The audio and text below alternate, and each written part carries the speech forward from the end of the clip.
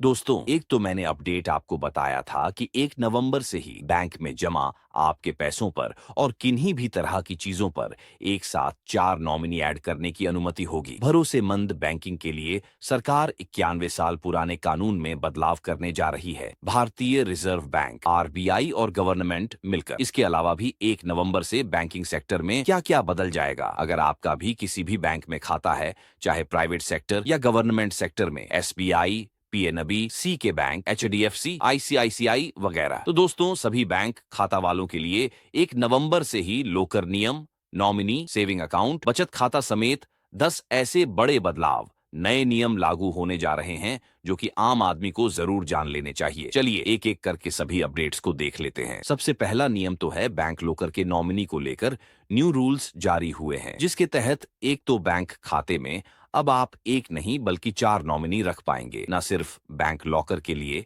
बल्कि यह सुविधा आपको बैंक एफडी, बैंक में बचत खाता, पैसा आरडी करवा रखी है, एफडी जो भी किसी भी तरीके का बैंक में आपका डिपॉजिट है, जमा है, सभी पर 4 नॉमिनी ऐड करने की फैसिलिटी मिलेगी, ताकि वो ग्राहक, वो कस्टमर अगर इस दुनिया में नहीं रहता है तो भी उनके परिजनों को, उनके उत्तराधिकारियों को, उनके फैमिली वालों को पैसा मिलने में दिक्कत नहीं होगी। ठीक है, तो 1 नवंबर से ही पहला बड़ा बदलाव तो यह नॉमिनी को लेकर लागू होने जाना। अब नॉमिनेशन के नियम से जुड़ी हुई 3 ये बड़ी बातें आप जरूर देख लीजिए। पहला पॉइंट, अकाउंट होल्डर्स नए नियमों के तहत अब 4 लोगों को नॉमिनी बना पाएंगे। अपनी जरूरत के हिसाब से एक साथ या एक के बाद एक नॉमिनेशन चुनने का ऑप्शन मिलेगा। इसके अलावा डिपॉजिटर्स चुने गए हर एक नॉमिनी के लिए शेयर या परसेंटेज भी तय कर पाएंगे। जैसे आपके बैंक खाते में जमा कुल 100% पैसों का उन 4 नॉमिनी में से किसको कितना कितना मिलना चाहिए, 25 से 25%,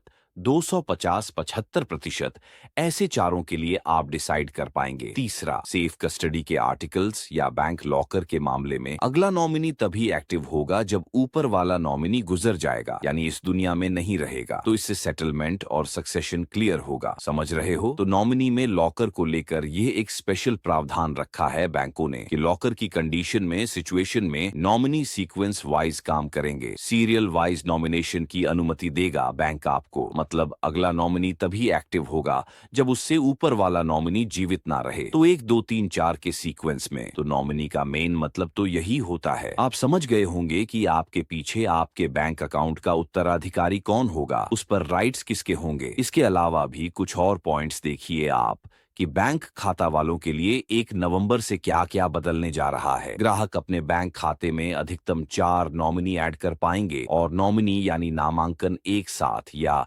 क्रमिक तरीके से किया जा सकेगा। किस नॉमिनी को कितने हिस्सेदारी है, ग्राहक को बताना पड़ेगा बैंक को पहले से ही। लोकर और सुरक्षित अभिरक्षा के मामलों में केवल क्रमिक यानी सीरियल वाइज नामांकन नॉमिनी ही मान्य होगा। ये सारी व्यवस्थाएं तो 1 नवंबर से लागू हो जाएंगी। और हाल ही में दोस्तों, भारतीय रिजर्व बैंक आरबीआई ने एक ट्वीट भी किया, देख सकते हैं आप। और इस ट्वीट में आरबीआई ने बैंक खाता वालों के लिए कुछ और नए प्रावधान तय किए हैं, जिसके तहत कुल 19 ऐसे बड़े बदलाव हैं जो 1 नवंबर से ही लागू हो जाएंगे। और इन बदलाव के तहत आरबीआई और केंद्र सरकार मिलकर बैंकिंग लॉ अमेंडमेंट एक्ट 2025 भी लाने जा रहे हैं। उसके तहत बैंक खाता वालों के लिए कुछ प्रमुख बदलाव लागू होंगे। पहला तो नॉमिनेशन वाला मैंने आपको बताया। दूसरा, डिपॉजिट खातों के लिए भी नॉमिनेशन। अब आप चाहे तो एक साथ या एक के बाद एक नॉमिनेशन चुन सकते हैं। डिपॉजिट के लिए भी ये फैसिलिटी लागू होगी, यानी जो आरडी, एफडी वगैरह होता है ना, उनके लिए भी। बाकी सेफ कस्टडी और लॉकर के लिए नॉमिनेशन के रूल्स ये होंगे। सिमल्टेनियस नॉमिनेशन यानी हर नॉमिनी का हिस्सा तय कर पाएंगे। और सक्सेसिव नॉमिनेशन यानी डिपॉजिट, सेफ कस्टडी, लॉकर के लिए आप 4 नॉमिनी चुन पाएंगे। और भी बैंकिंग लॉ अमेंडमेंट एक्ट में ये कुछ और बड़े बदलाव देखने को मिलेंगे। जैसे अब किसी के खाते में 2 करोड़ रुपए की बड़ी हिस्सेदारी को बड़ी हिस्सेदारी के रूप में माना जाएगा, जबकि पहले यह लिमिट 5 लाख रुपए तक की थी। यानी किसी के खाते में 2 करोड़ रुपए तक हैं तो उसको बड़ी हिस्सेदारी की कैटेगरी में माना जाएगा। तो इससे बैंकों में गलत नियंत्रण का खतरा कम होगा। दूसरा, कोऑपरेटिव बैंकों के डायरेक्टर यानी चेयरमैन और फुल टाइम डायरेक्टर को छोड़कर अब 8 साल की जगह 10 साल तक काम कर सकेंगे। तीसरा, अगर कोई पब्लिक 7 साल तक कोई पैसा, शेयर या ब्याज नहीं लेता है तो उसे investor education and protection fund IPF में भेज दिया जाएगा। पांचवा, पहले बैंक हर दूसरे शुक्रवार को आरबीआई को रिपोर्ट देते थे, लेकिन अब यह महीने के आखिरी दिन होगा और रिपोर्ट देने का समय 7 दिन से घटाकर 5 दिन कर दिया गया है। अगला बदलाव, पब्लिक सेक्टर के बैंकों के ऑडिट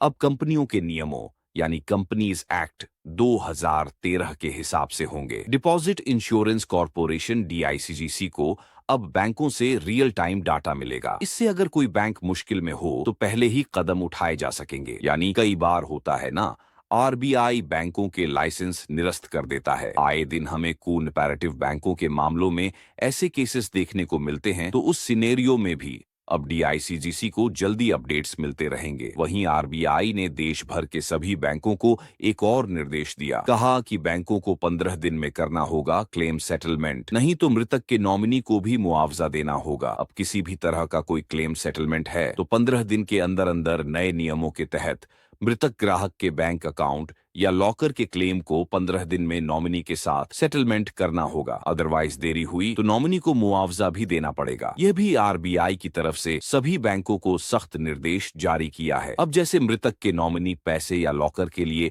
कैसे क्लेम कर पाएंगे, तो इसके लिए कुछ नियम और शर्तें तय की आरबीआई ने। नॉमिनी को बैंक में मृतक खाते या लॉकर का दावा, आवेदन, मृत्यु प्रमाण पत्र और नॉमिनेशन डिटेल देना होगा। नॉमिनी की पहचान, आधार कार्ड, पैन कार्ड और मृतक के कागजात जैसे वसीयतनामा आरबीआई के मानक अनुसार जमा डॉक्यूमेंट्स बैंक को आपको सबमिट करने होंगे। कागजात मिलने के 15 दिन के अंदर अंदर जो भी आपका परिजन है इस दुनिया में नहीं रहा तो उसके बैंक खाते का पूरा एक्सेस आपको दे दिया जाएगा। उसके खातों में जमा पैसा, एफडी, लॉकर वगैरह सब कुछ। अगर 15 दिन से लेट करता है बैंक तो आपको एक वैलिड कारण बताना होगा। बिना किसी वजह के देरी होने पर बैंक को मुआवजा भी देना होगा। नॉमिनी और बैंक मिलकर लॉकर खोलेंगे, 15 दिन में इसका भी निपटाना होगा। नॉमिनेशन अगर नहीं है तो कानूनी प्रमाण पत्र या कोर्ट का आदेश आपको लाना होगा, तब जाकर यह प्रोसीड हो पाएगा, है ना। और भी दोस्तों, बैंकिंग सेक्टर से जुड़े हाल ही में आरबीआई की तरफ से कुछ नियमों को लेकर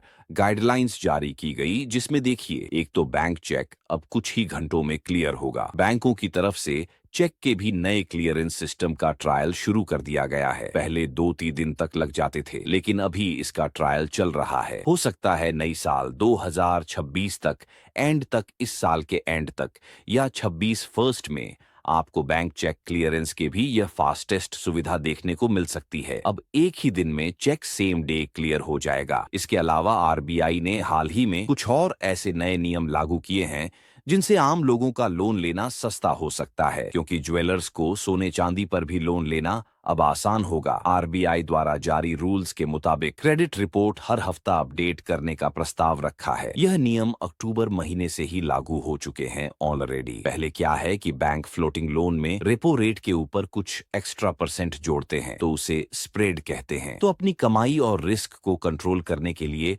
बैंक ऐसा करते हैं। तो अब स्प्रेड को लेकर एक नियम लागू हुआ है कि पहले जब बैंक फ्लोटिंग रेट की लोन ब्याज दरों में बदलाव करते थे तो उन्हें ग्राहक को फिक्स्ड रेट का विकल्प देना पड़ता था, लेकिन अब नए नियमों के तहत बैंकों को यह तय करने की ज्यादा आजादी होगी कि वे फिक्स्ड रेट का ऑप्शन दें या नहीं दें। तो इससे बैंकों को अपनी उधार देने की प्रक्रिया में बदलाव की आजादी मिलेगी। समझ रहे हो? तो इससे आपका सोने चांदी पर लोन लेना अब आसान होगा। ज्वेलरी पर, गोल्ड सिल्वर पर अगर आप लोन लेना चाहते हो तो आरबीआई के इन न्यू रूल से आपको यह बेनिफिट मिलने वाला है। इसके अलावा इस नियम से बैंकों की बैलेंस शीट भी मजबूत होगी। वैसे रिजर्व बैंक ने इन प्रस्ताव को लेकर आम लोगों से सुझाव और राय भी मांगी है विशेषज्ञ कमेटी से। तो यह बैंकिंग लोन को लेकर कुछ न्यू रूल्स एंड रेगुलेशंस लागू होने जा रहे हैं।